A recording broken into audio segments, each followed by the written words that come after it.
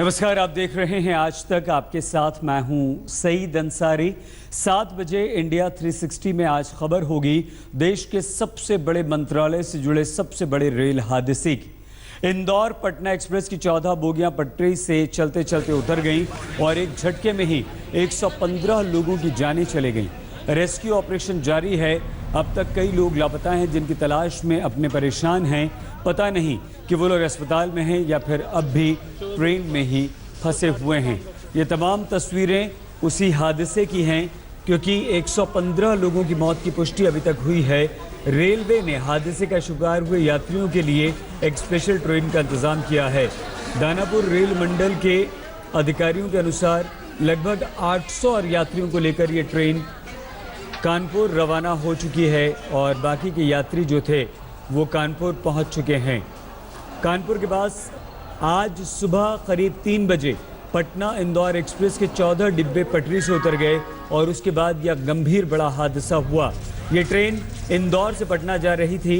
हादसे में 150 से ज़्यादा लोग घायल भी हुए हैं, जिनमें से बताया जा रहा है कि 75 की स्थिति गंभीर बनी हुई है। कानपुर के पास हुए ट्रेन हादसे के बाद अब चीख पुकार मची है। लोग अपनों को तलाश रहे हैं। दर्द और तकलीफ न जाने कितनी कहानियां अस्पताल की चारपाई पर लिए पड़ी हैं। 115 लोगों की मौत हो चुकी है। 150 से ज़्यादा लोग घायल हैं। अस्पताल में जिंदगी की जंग लड़ रहे हैं। इसकी मदद ये बेटी वहीं पे थी, इस वन में थी, लेकिन पूरी दबी हुई थी। लोहे का सामान, लगेज वगैरह सब था, मतलब और क्या क्या चीजें थी, मतलब वो बताना बहुत मुश्किल है। मासूम बच्ची बच गई। 8 सदस्यों में 2 लापता हैं। बीवी अस्पताल में टूटी टांग का इलाज करा रही है। इंजर्ड है, उसको लेग में इंजरी है, तो उसका ट्रीटमेंट चल रहा है। ऐसे ही न जाने कितने किस्से हैं। कहीं माँ ने बेटे का शव देखा तो बोल नहीं पाई। कहीं तड़पते हुए भाई को देखकर भाई की रगों में जम गया बहता हुआ लहू। जिन रास्तों से यहाँ तक पहुंचे थे उन पर वीरानी है, मातम है, सिसकियां हैं, आहें हैं, तकलीफ है, दर्द है।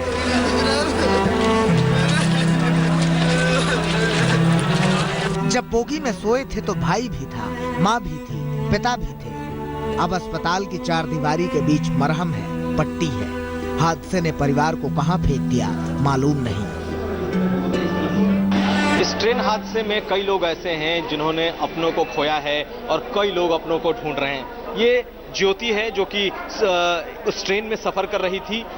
बहुत बुरे हाल में है, खुद बहुत घायल है, लेकिन इसके पूरे परिवार का अता पता नहीं है किस तरीके से ये सब कुछ हुआ है या खुद इस वक्त मौजूद है, लेकिन इसके परिवार में इसका भाई, इनके माता पिता का कोई अता पता नहीं है। ज्योति, आप किस बॉगी में सफ़र कर रही थी और क्या स्थिति थी? कौन कौन लोग थे आपके परिवार के? मम्मी, पापा, भाई और मैं थी, और हम लोग यहाँ कानपुर आ रहे थे। उसके बाद एक्सीडेंट हो गया। मम्मी पापा भी मिले नहीं, उनको जल्द से जल्द ढूंढने की कोशिश की जाए। शोक के लिफाफे में लिपटी पड़ी है जिंदगी। ये कैसी जिंदगी है? कोई निकाल क्यों नहीं देता इस जिंदगी से खौफ का एहसास? अभी कोई नहीं मिला है। केवल ये ट्रेन के बाहर गिर गई थी ना, तो ये मिल गई और 3 लोग अभी हैं, इनके मम्मी पापा भाई।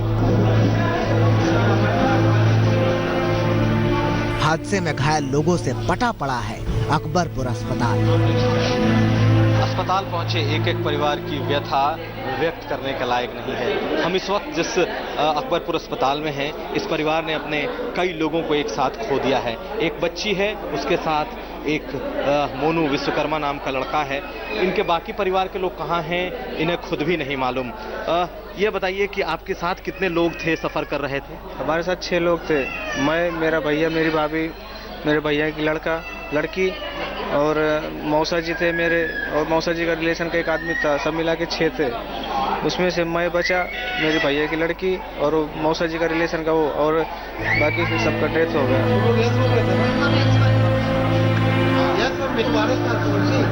दिलों पर दहशत भारी है, लोग सोचकर भी सिहर उठते हैं उस मंजर को। हम सब सो रहे थे और बिल्कुल अचानक ट्रेन ऐसे आवाज होने लगी, एकदम घर घर और ट्रेन इम्बैलेंस होने लगी। इससे पहले कि हम कुछ समझ पाते, कुछ भी कर पाते, कि पूरा का पूरा ट्रेन ऐसे डब्बा पूरा हमारा पूरा का पूरा बोगी पलट गई और वो चकनाचूर हो गई। हम सारे एकदम नीचे चले गए। पहले तो ऐसा फील हुआ जैसे कि हम कहीं खाई में गिर रहे हैं, लेकिन भगवान ने बचाया कि वो सिर्फ थोड़ा सा ही था पीछे के साइड में। इस दर्द को सिर्फ महसूस किया जा सकता है। एक क्रूर शक्ल में पड़े हैं ट्रेन के पुर्जे और इन पुर्जों में दर्द के तमाम किस्से हैं।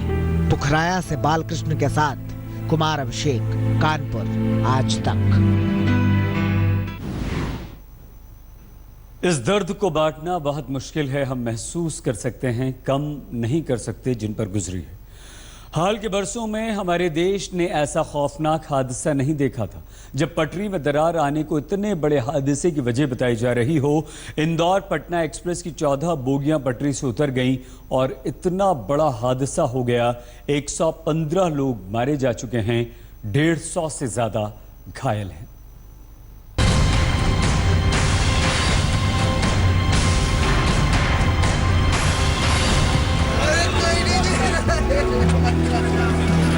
अपनों को ढूंढते बदहवास लोग और चारों तरफ चीख पुकार।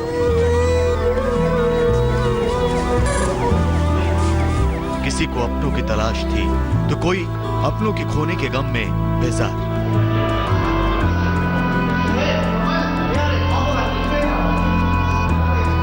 कानपुर के पुखराया में पटना इंदौर एक्सप्रेस की इन बोगियों की तस्वीर बता रही है कि लोग कितने दर्दनाक हादसे से गुजरे हैं।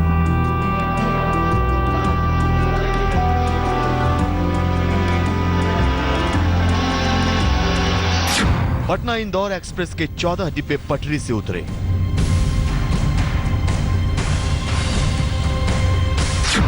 स्लीपर क्लास की S1, S2 और S3 में सबसे ज्यादा मौतें।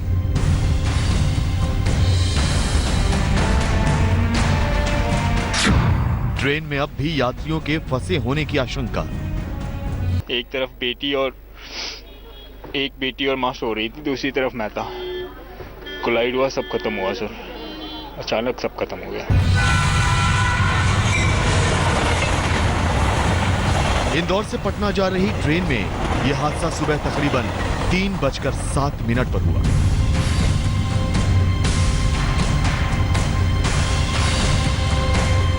कानपुर से करीब 60 किलोमीटर दूर पुखराया नाम की जगह पर एक जबरदस्त झटके के साथ ट्रेन की 14 बोगियां एक के बाद एक पटरी से उतरती चली गई। ट्रेन अपनी पूरी रफ्तार में थी और बोगियां एक दूसरे से टकराती हुई जमीन पर गिर रही थी। ज्यादातर लोग नींद में थे, जिनके लिए आंखें खुलना किसी भयानक सपने से कम नहीं था। एक पल में सब कुछ तबाह। कहां जाएं, किधर से निकलें? बोगियों के अंदर भी अंधेरा था और बाहर भी। ट्रेन को आमतौर पर सबसे सुरक्षित सवारी माना जाता है। लोग जब ट्रेन में बैठते हैं तो निश्चिंत होकर बैठते हैं। और इंदौर से पटना की ओर जाने वाली ये ट्रेन जब चली थी तो मुसाफिरों ने यही सोचा होगा कि वो चैन की नींद सोएंगे और अगले दिन अपने मंजिल पर पहुंच जाएंगे। ज्यादातर लोग आप देख सकते हैं कि सो रहे थे। किस तरह से सामान बिखरा हुआ है, खून के छींटे इधर उधर बिखरे हुए हैं। अभी तो हादसे का खतरनाक मंजर सामने आना बाकी था। एक बार जब रेस्क्यू ऑपरेशन शुरू हुआ तो जैसे हाहाकार मच गया। पोस्टमार्टम के लिए शवों की गिनती लगातार बढ़ रही थी। कानपुर देहात के माती पोस्टमार्टम हाउस हिंदुस्तान के सबसे खौफनाक रेल हादसे का गवाह बन गया था। कर्मचारियों को समझ नहीं आ रहा था कि रजिस्टर में बढ़ती गिनती का क्या करें और अपनों को ढूंढने वाले लोगों को कैसे समझाएं। 3 दिन के रेल विकास शिविर में जीरो एक्सीडेंट मैकेनिज्म पर मंथन के दौरान ही हादसे की खबर आ गई। रेल मंत्री सुरेश प्रभु सूरज कुंड में चल रहे रेल विकास शिविर से घटना स्थल के लिए निकल पड़े। रेल राज्य मंत्री मनोज सिन्हा वहां पहले ही पहुंच चुके थे और उच्च स्तरीय जांच का ऐलान कर चुके थे। प्रधानमंत्री नरेंद्र मोदी ने हादसे पर गहरा दुख जताया है। आगरा में एक कार्यक्रम में पीएम ने फूल मालाओं के स्वागत से इनकार कर दिया। कानपुर के पास रेल दुर्घटना के कारण अनेक लोगों की मृत्यु हो गई, अनेक लोग घायल हो गए। जिन जिन परिवारों ने अपने स्वजन खोए हैं, उन सब के प्रति मेरी संवेदना प्रकट करता हूं। रेलवे को हाईटेक बनाने के लिए पीएम मोदी हाल के जापान दौरे में बुलेट ट्रेन का सफर करते नजर आए थे। रेल विकास शिविर में भी वीडियो कॉन्फ्रेंस के जरिए उन्होंने रेल के सुधारीकरण पर जोर दिया था। लेकिन इंदौर पटना एक्सप्रेस हादसे ने यह हकीकत सामने ला दी है कि रेलवे सुरक्षा में अभी कई बुनियादी समस्याओं से निपटना बाकी है। कुमार अभिषेक के साथ बालकृष्ण, कानपुर, आज तक। पूरी रफ्तार से जा रही एक ट्रेन की 14 बोगियां पटरी से उतर जाती हैं और वजह बताई जाती है कि पटरी में दरार हो सकती है। जिस सुरक्षा के मुद्दे को लेकर रेलवे के बजट में बड़े बड़े दावे किए जाते हैं, क्या उसकी सच्चाई बस इतनी ही है?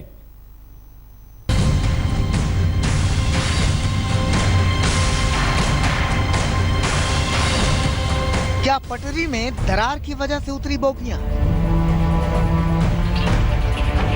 रेलवे सुरक्षा व्यवस्था में बहुत बड़ी चूक। 19 नवंबर 2016 दोपहर 2 बजे। 19 नवंबर को दोपहर 2 बजे इंदौर से ट्रेन रवाना हुई थी। कुछ यात्रियों के मुताबिक झांसी के बाद ट्रेन चलने में बहुत तेज आवाज हो रही थी, जो कुछ अलग सी थी। ट्रेन को 2 बार रोका भी गया था, लेकिन फिर ट्रेन आगे चल पड़ी। 20 नवंबर 2016 सुबह 3:10। तारीख बदल चुकी थी, लेकिन अगली तारीख का सूरज निकलना बाकी था। उससे पहले ही सुबह करीब 3:10 पर पटरी पर दौड़ती ट्रेन की बोगियां एक झटके में एक दूसरे पर गिरती चढ़ती जमीन पर आ गईं। उस वक्त इंदौर पटना एक्सप्रेस कानपुर से पुखरिया नाम के इलाके से गुजर रही थी। ट्रेन में सो रहे लोगों को भूकंप की तरह झटका लगा। ऊपर की बर्थ पर सो रहे लोग नीचे गिर गए। 3:05 के आसपास एकदम शोर हुआ, समझ आई नहीं हुआ क्या है। तो बस अफरा तफरी मची एकदम। ट्रेन की 14 बोगियां पटरी से उतर चुकी थीं। अंधेरे में बस चीख पुकार की आवाजें सुनाई दे रही थी। अंधेरा छटते ही रेस्क्यू ऑपरेशन तो शुरू हो गया, लेकिन हादसे की वजह को लेकर अंधेरा और गहराने लगा। एक्सप्रेस ट्रेन की 14 बोगियां पटरी से उतरी और हादसे की वजह को लेकर रेल राज्य मंत्री जो वजह बता रहे हैं, वो सुनकर हैरानी होती है। सर, कहा जा रहा है कि कुछ रेलवे की तरफ से कहीं कोई पटरी में गड़बड़ी थी, या कहीं कुछ लोगों ने सेंस किया था कि रेल में ठीक ठाक नहीं चल रही है ये गाड़ी। कुछ आपको जानकारी मिली? नहीं, जो मोटे तौर पर प्राथमिक रूप से जानकारी आई है, एक जर्क महसूस किया लोको पायलट ने। जहां रेल फ्रैक्चर हुआ है, जर्क वहीं आया होगा। ये जांच का विषय है। रेस्क्यू ऑपरेशन, गाड़ियों का रूट बदले जाने और हेल्पलाइन नंबर को लेकर कई रेल अधिकारियों के बयान आ चुके हैं, लेकिन इतनी बड़ी चूक कैसे हो सकती है, इसका जवाब अभी किसी के पास नहीं है। जो रेलवे की जांच रिपोर्ट है प्राथमिक रूप से एक दो दिनों में आएगी, तब कम से कम इस बात का अंदाजा हो सकेगा कि क्या ये कहीं सबोटाज तो नहीं था। कैमरामैन संजय सिंह के साथ कुमार अभिषेक, अकबरपुर, आज तक। उत्तर प्रदेश के मुख्यमंत्री अखिलेश यादव और मध्य प्रदेश के मुख्यमंत्री शिवराज सिंह चौहान ने इस हादसे पर क्या कहा है? रेल मंत्री जी से बात की और रेल मंत्री जी ने कहा कि हाँ, प्रदेश सरकार के लोग पहुंचे हैं वहाँ। हमने यही कहा है कि हमारी तरफ से आप जो सहयोग चाहते हैं हम देने को तैयार हैं, और हमारी टीमें हमारी मदद के लिए पहुंची हुई हैं। जहाँ तक और सवाल पॉलिटिकल हैं, क्योंकि लोकसभा चल रही है, तमाम लोग सवाल पूछेंगे उस पर, लेकिन अभी फिलहाल तो केवल लोगों की जान बचे, ज्यादा से ज्यादा लोगों को इलाज मिल जाए, ये हमारी प्राथमिकता है। जिनकी जान गई है उनको प्रदेश सरकार की तरफ से 5 लाख हम लोग मदद करेंगे, और इलाज और जो गंभीर घायल हैं उनके भी मदद करने का काम सरकार की तरफ से। कि जो लोग घायल हैं उनको हम बचा सकें। इस ट्रेन हादसे में मध्य प्रदेश और बिहार, 2 राज्यों के लोग सबसे ज्यादा प्रभावित हैं। हमारी एक टीम, हमारे मंत्री नरोत्तम मिश्रा और हमारे दतिया के कलेक्टर, एसपी, डॉक्टर्स की एक टीम घटना स्थल पर है। वहाँ मृतकों की पहचान करके मृतकों को यहाँ से भिजवाने की व्यवस्था कर रहे हैं और एक टीम हम यहाँ छोड़ रहे हैं। मध्य प्रदेश के एक IAS अफसर और डॉक्टर्स की टीम पूरी आई है। वो यहाँ जो घायल हमारे पेशेंट्स हैं उनकी देखभाल में सहयोग करेगी। मैं यहाँ के प्रशासन को और अस्पताल के जितने जिम्मेदार डॉक्टर्स हैं और यहाँ के समाज सेवियों को धन्यवाद दूंगा कि वो हमारे जो घायल भाई और बहन हैं उनकी ठीक देखभाल कर रहे हैं। इंदौर पटना एक्सप्रेस का ये हादसा इतना भयानक था कि सेना को भी इस काम में लगना पड़ा और सेना के जवानों ने किस तरह से मदद की, रेस्क्यू ऑपरेशन किया, बता रहे हैं हमारे संवाददाता बालकृष्ण। आप देख सकते हैं कि सेना ने यहाँ पर राहत और बचाव कार्य करने के लिए और जो मलबा है उसको साफ करने के लिए अब ARV आर्मर्ड रिकवरी व्हीकल जिसको कहते हैं इसको लेकर आया गया है। इसको लाने की जरूरत इसलिए पड़ी क्योंकि दिन भर कोशिश हो रही थी कि जो छोटे क्रेन्स थे उसके जरिए इस मलबे को हटाया जा सके। जो ट्रेन के डब्बे हैं जो चकनाचूर होकर रेल की ट्रैक पे पड़े हैं उसको हटाने की दिन भर कोशिश की जा रही थी, लेकिन हल्के जो क्रेन हैं वो ट्रेन के डब्बों को नहीं उठा पा रहे थे। इसलिए सेना ने यह फैसला किया कि ARV लेकर आने को। आप देख सकते हैं इसकी बनावट जो है वो टैंक की तरह है, काफी भारी भरकम है और सेना के जो अधिकारी हैं उनका कहना है कि इसके उठाने की लोड बेयरिंग कैपेसिटी इसकी जो है वो काफी ज्यादा है और उबड़ खाबड़ ट्रैक के ऊपर जा सकती है, उबड़ खाबड़ सरफेस पे भी चल सकती है। और जो चारों तरफ बिखरा हुआ मलबा है ट्रेन के डिब्बों का जिसको हटाने में बहुत मुश्किल आ रही थी उसको हटाने के लिए अब ARV का इस्तेमाल कर रही है सेना। कैमरामैन हरीश कांडपाल के साथ बालकृष्ण, पोखरावा, आज तक। हम होते हैं हाजिर, आप बने रहिए हमारे साथ और देखते रहिए आज तक।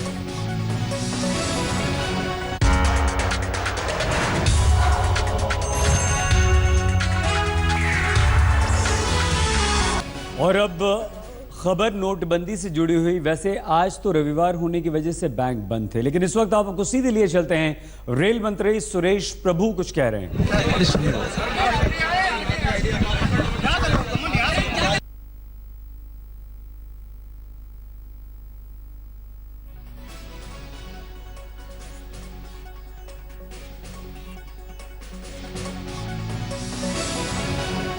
प्रदेश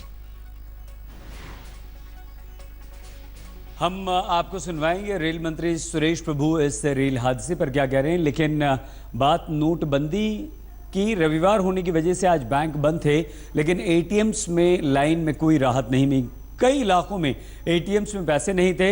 इस बीच कालेधन के खिलाफ छापेमारी में दुमका के 3 सरकारी कर्मचारियों के घर से 93 लाख रुपए मिले हैं। नोटबंदी पर आज प्रधानमंत्री मोदी ने एक बार फिर से विरोध करने वालों को सख्त चेतावनी दी है। सुनिए।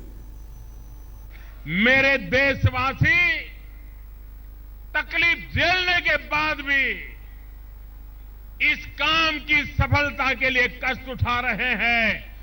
इस काले धन से देश को मुक्त कराने के लिए, भ्रष्टाचार से देश को मुक्त कराने के लिए आप जो कष्ट उठा रहे हो, मैं आपको विश्वास दिलाता हूं, ये आपका तप कभी बेकार नहीं जाएगा।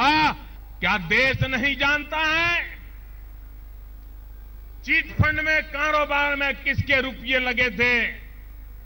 लाखों करोड़ों गरीबों ने चिट फंड में पैसा जमा कराया और राजनेताओं के आशीर्वाद से करोड़ों करोड़ों रुपयों के चिट फंड के पैसे गायब हो गए और चिट फंड के कारण सैकड़ों परिवार के मुखियाओं को आत्महत्या करने की नौबत आ गई थी, मरना पड़ा था। जरा इतिहास गवाह करके देख लो।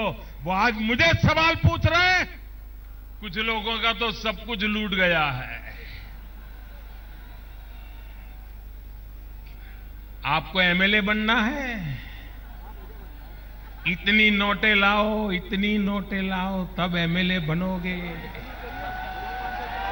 हम नोटें भर करके रखी थी। जो गरीबों के जनधन अकाउंट खुले हैं ना, वहां पहुंच जाते हैं और समझाते हैं कि देखो तुम्हारे खाते में 2.5 लाख डाल लो, 6 महीने के बाद मैं तुम्हें उसमें से 50,000 दे दूंगा, 2 लाख मैं ले जाऊंगा। भाइयों बहनों, ऐसे पापियों को घुसने मत देना। इस बीच रेल मंत्री सुरेश प्रभु हादसे की जगह गए हैं और पीड़ितों से उन्होंने बातचीत की है, उनके रिश्तेदारों से बातचीत की है, उनका हालचाल दुख दर्द जाना है। इस बुलेटिन में फिलहाल इतना ही। आगे हमारे स्पोर्ट्स एडिटर विक्रांत गुप्ता आपके साथ होंगे, जिनके साथ अजहरुद्दीन और मदन लाल जी। देखते रहिए आज तक।